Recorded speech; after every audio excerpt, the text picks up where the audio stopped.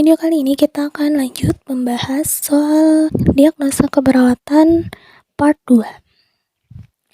Jadi buat kalian yang belum nonton video part 1-nya, boleh ditonton dulu ya. Seorang perempuan berusia 35 tahun dirawat di bangsal bedah dengan pos operasi kolostomi hari pertama. Hasil pengkajian, klien mengatakan belum ada flatus, perut terasa kram, bising usus hipoaktif, tampak kolostomi di abdomen kiri bawah, kantong bersih dan belum terisi. Bekas luka insisi tertutup kasa dan rembesan tidak ada. Apakah masalah keperawatan yang tepat? A. Resiko disfungsi motilitas gastrointestinal. B. Resiko infeksi. C. Inkontinensia fekal. D. Disfungsi motilitas gastrointestinal.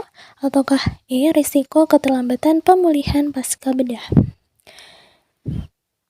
Untuk pembahasannya, kita mengelompokkan dari kasus tadi apa saja data subjektif dan objektifnya.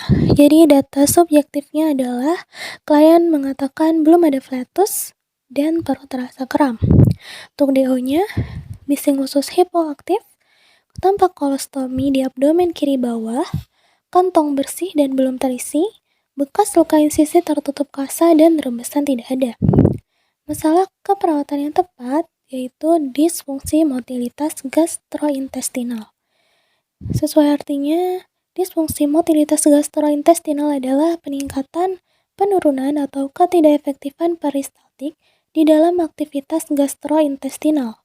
Hal ini terjadi pada pasien, dapat juga disebabkan oleh pasien yang baru selesai dilakukan tindakan kolostomi. Kemungkinan efek farmakologis dari sedasi masih ada pada pasien yang mempengaruhi sistem gastrointestinal. Jadi, jawaban yang tepat adalah D. Disfungsi motilitas gastrointestinal. Lanjut, soal nomor 7. Seorang perempuan berusia 51 tahun dirawat di rumah sakit dengan diabetes mellitus tipe 2. Hasil pengkajian, klien mengeluh sering letih dan mengantuk.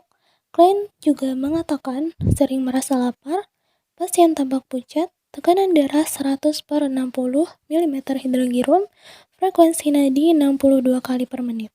Hasil pemeriksaan gula darah puasa tadi pagi 100 mg per desiliter dan gula darah sewaktu 90 mg per desiliter. Apakah masalah keperawatan yang tepat? Ketidakstabilan kadar glukosa darah. B. Kekurangan nutrisi kurang dari kebutuhan tubuh. C. Risiko shock. D. Keletihan. Ataukah E. Penurunan curah jantung. Jadi dari hasil pengkajian didapatkan data subjektif pasien mengeluh sering letih dan mengantuk, serta sering merasa lapar. Data objektifnya, pasien memiliki riwayat diabetes mellitus tipe 2, tampak pucat, hasil pemeriksaan gula darah puasa 100 mg per desiliter yang menandakan hipoglikemia. Kemudian pada pasien diabetes mellitus, nilai gula darah puasa lebih dari 126 mg per dl dan gula darah sewaktu lebih dari 200 mg per dl. Jadi, masalah keperawatan yang tepat adalah ketidakstabilan kadar glukosa darah, yaitu variasi kadar glukosa darah yang naik atau turun dari rentang normal, menurut SDKI halaman 71. Next, soal nomor 8.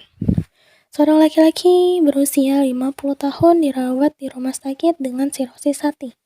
Hasil pengkajian, pasien mengeluh sesak saat berbaring, perut terasa penuh, mual, dan tidak nyaman.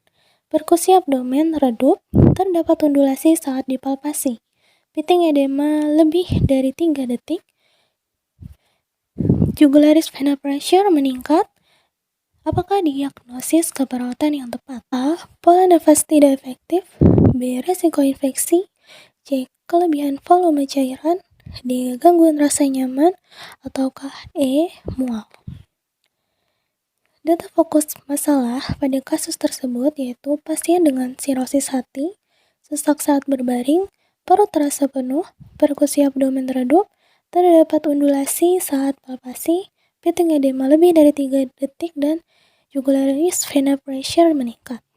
Diagnosis keperawatan yang tepat yaitu kelebihan volume cairan sesuai dengan buku SDKI tahun 2017, di mana kelebihan volume cairan atau hipervolemia didefinisikan sebagai adanya peningkatan volume cairan intravaskuler, interstisial, dan atau intraseluler yang ditandai dengan orthopnea, edema nasarka, dan atau edema perifer serta GVP meningkat. Seorang laki-laki berusia 50 tahun dirawat di rumah sakit dengan post-laparotomi hileus obstruksi 3 hari yang lalu. Hasil pengkajian tampak adanya sedikit kemerahan di sekeliling bekas luka operasi.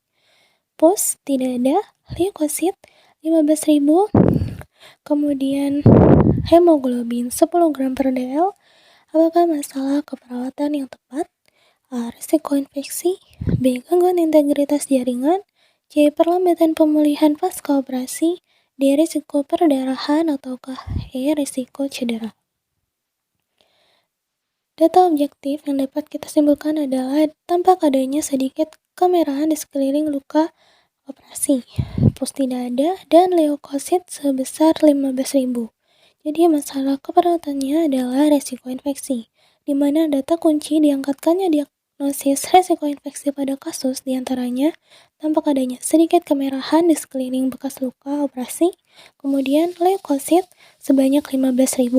Sesuai dengan definisinya dalam buku Nanda tahun 2015, risiko infeksi merupakan kerentanan terhadap invasi dan perkembangan organisme patogen yang dapat membahayakan kesehatan.